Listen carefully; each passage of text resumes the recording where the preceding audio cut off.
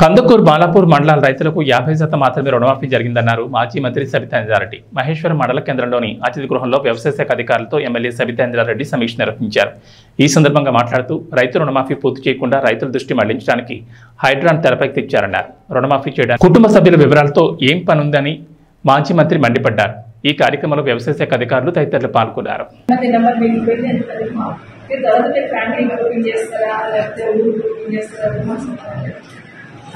అదంతా ఫేస్ కోసం time pass కోసం అని మనందరికీ తెలుసు.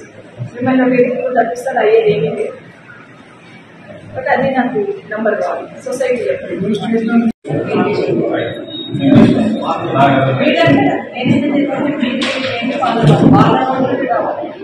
వాళ్ళు తెచ్చుకోలేదు.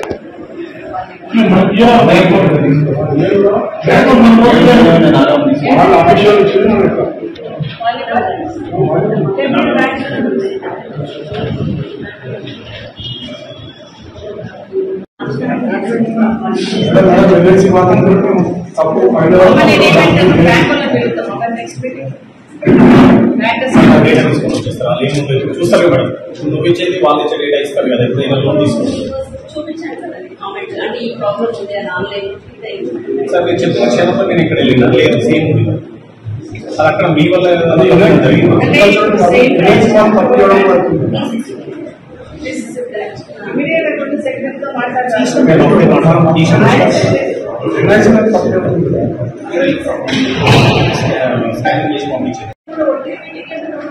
ఈ నంబర్ చెప్పడానికి ఈ నంబర్ అవసరం లేదు.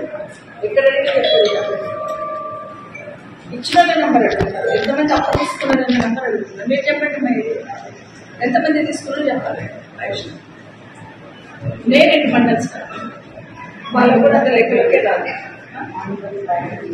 మరి అదేం పద్ధతి మరి ఎందుకు వచ్చినట్టమ్మా? ఎందుకు వచ్చినట్టు అని అడుగుతున్నారు. మరి ముఖ్యమంత్రి గారు మొత్తం చేసిన అంటున్నారు. ఎంతమంది తీసుకున్న నంబర్ మీ దగ్గర లేనప్పుడు మొత్తం అయ్యిందని ఎట్లా చూపిస్తారు? మీకు ఇవ్వకూడదని మరి రిస్ట్రిక్షన్స్ లేనప్పుడు మన నంబర్ ఇంటికి ఎందుకు భయపడుతున్నారు? ఎందుకు ఎంత ముందు అవుతుంది? ఒక మీటింగ్ వస్తున్నప్పుడు మిమ్మల్ని ఏమడుగుతాను? నేను తీసుకున్న నంబర్ అడుగుతాను.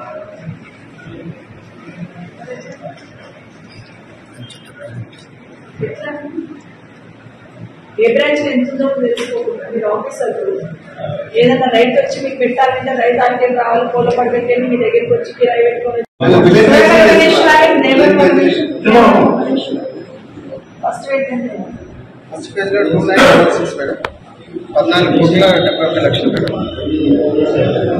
సెకండ్ ఫేజ్ లో 1308 మేడం, 12,40,00,000.